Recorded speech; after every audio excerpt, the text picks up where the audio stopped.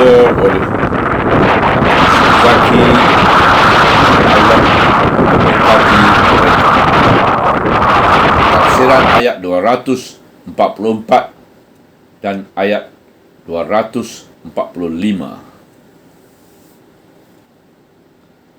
Dan berperanglah kamu sekalian kerana sabilullah, dan ketahuilah bahawa sesungguhnya Allah itu Maha mendengar lagi Maha mengetahui. Ayat 244. Seruan berjihad kerana sabilullah.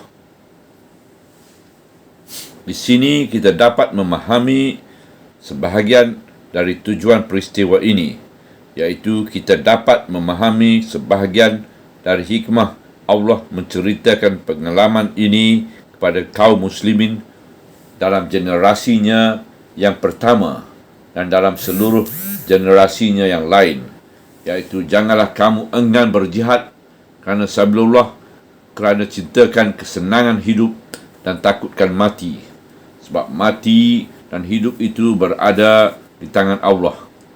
Oleh itu berperanglah kamu kerana sabilullah, bukannya kerana sesuatu tujuan yang lain.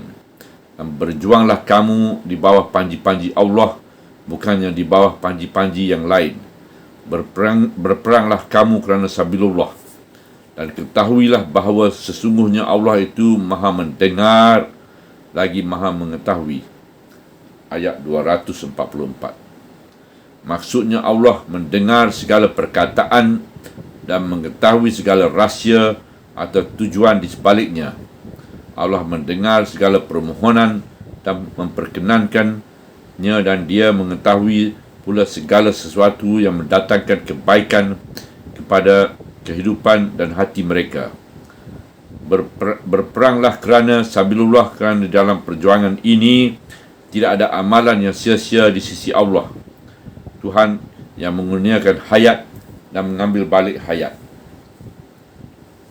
Jihad kerana sabilullah itu merupakan suatu pengorbanan, pendermaan harta dan infak kerana sabilullah biasanya digandingkan di dalam ayat Al-Quran dengan perbicaraan jihad dan peperangan, terutama di masa jihad itu merupakan amalan sukarela dan para mujahid terpaksa mengeluarkan pembelanjaan sendiri. Kadang-kadang ia tidak dapat berjihad kerana harta tidak ada. Oleh sebab itulah perlu adanya galakan yang berterusan mendesak orang ramai mengeluarkan derma untuk memberi kemudahan kepada para mujahidin fi sabilullah. Oleh itu di sini ayat yang berikutnya mengemukakan seruan derma dan infak dalam bentuk yang amat menarik. Pentafsiran ayat 245. Siapakah yang sanggup memberi pinjaman yang baik kepada Allah, maka Allah akan menggandakan ganjaran kepadanya dengan gandaan yang amat banyak. Dan Allah lah yang menyempit dan meluaskan rezeki, dan kepadanya kamu sekalian dikembalikan. Ayat 245. Seruan infak kerana sabilullah. Jika mati dan hidup di tangan Allah, dan hidup tidak akan hilang dengan sebab peperangan apabila Allah hendak mengekalkannya, maka begitu juga harta tidak akan hilang dengan sebab infak. Kerana infak itu merupakan satu pinjaman yang baik kepada Allah, dan terjamin ganjarannya di sisi Allah yang akan membalas dengan gandaan yang banyak. Di dunia dibalaskannya berganda-ganda dalam bentuk harta, keberkatan, kebahagiaan dan kerehatan, dan di akhirat dibalaskannya berganda-ganda dalam bentuk berbagai-bagai kenikmatan, keredaan dan pendampingan dengan Allah.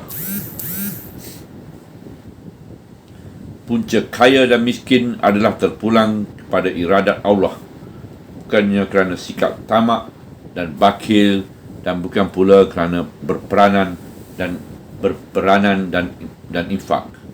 Dan Allah lah yang menyempit dan meluaskan rezeki. perjalanan yang terakhir tetap kembali kepada Allah Subhanahu Wa Taala.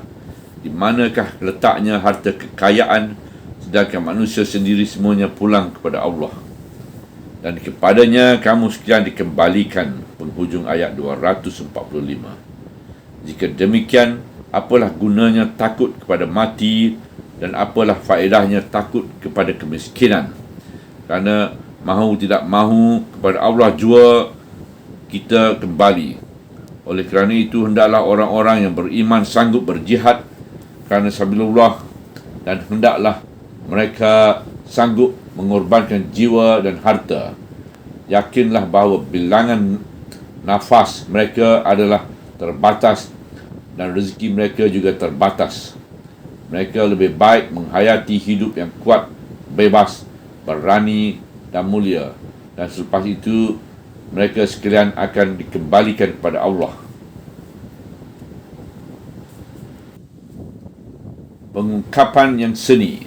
Selepas menjelaskan saranan-saranan imaniah dan saranan-saranan didikan yang baik yang terkandung di dalam ayat-ayat itu, saya mengambil peluang memperkatakan tentang keindahan seni dalam pengungkapan Al-Quran yang berikut.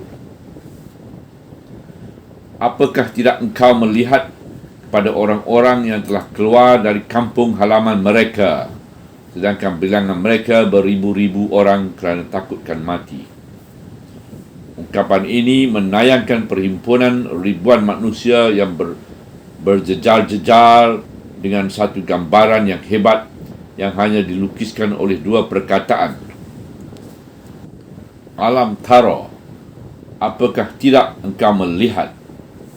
Tidak ada kata-kata yang lain yang dapat menayangkan perhimpunan ini dengan sehebat ini di dalam daya khayal seperti yang dapat digambarkan oleh dua kata-kata ini pada tempatnya yang terpilih.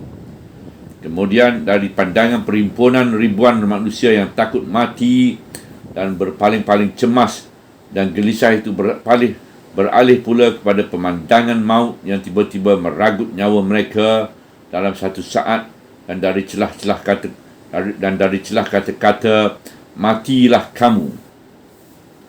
Maka seluruh ketakutan dan kecemasan, seluruh perhimpunan dan percubaan melarikan diri itu hilang belaka dalam sepatah kata itu untuk menyarankan ke dalam hati betapa sia-sianya percubaan itu dan betapa sesatnya jalan yang dipilih itu.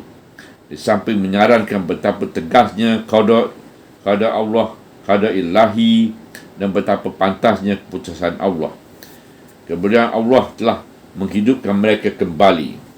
Demikianlah dinyatakan tanpa menghuraikan caranya. Itulah gambaran kudrat ilahi yang memegang teraju maut dan teraju hayat dan menguasai seluruh urusan para hamba-Nya. Tiada sesuatu yang dapat menolak iradatnya dan tiada sesuatu yang berlaku melainkan mengikut iradatnya. Ungkapan ini menyorokkan bayangan yang sesuai ke atas pemandangan maut dan pemandangan hayat. Kita di sini dalam pemandangan yang menggambarkan tindakan yang memati dan menghidupkan, atau pemandangan mengambil ruh dan melepaskan ruh.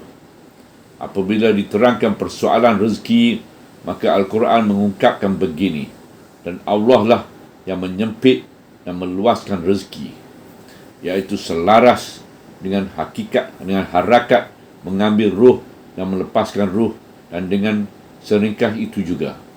Demikianlah dapat dilihat keselarasan yang menarik dalam penggambaran pemandangan-pemandangan di samping wujudnya keselarasan yang menarik dalam menghidupkan makna-makna kalimat dan keindahan dalam menyusun pengungkapan. Subhanallah, walhamdulillah, wala ilaha illallah, wallahu akbar, wala hawla wala quwata illa billah al-aliyyil azim, wala hawla wala quwata illa billah al-aliyyil azim, wala hawla wala quwata illa billah al-aliyyil azim.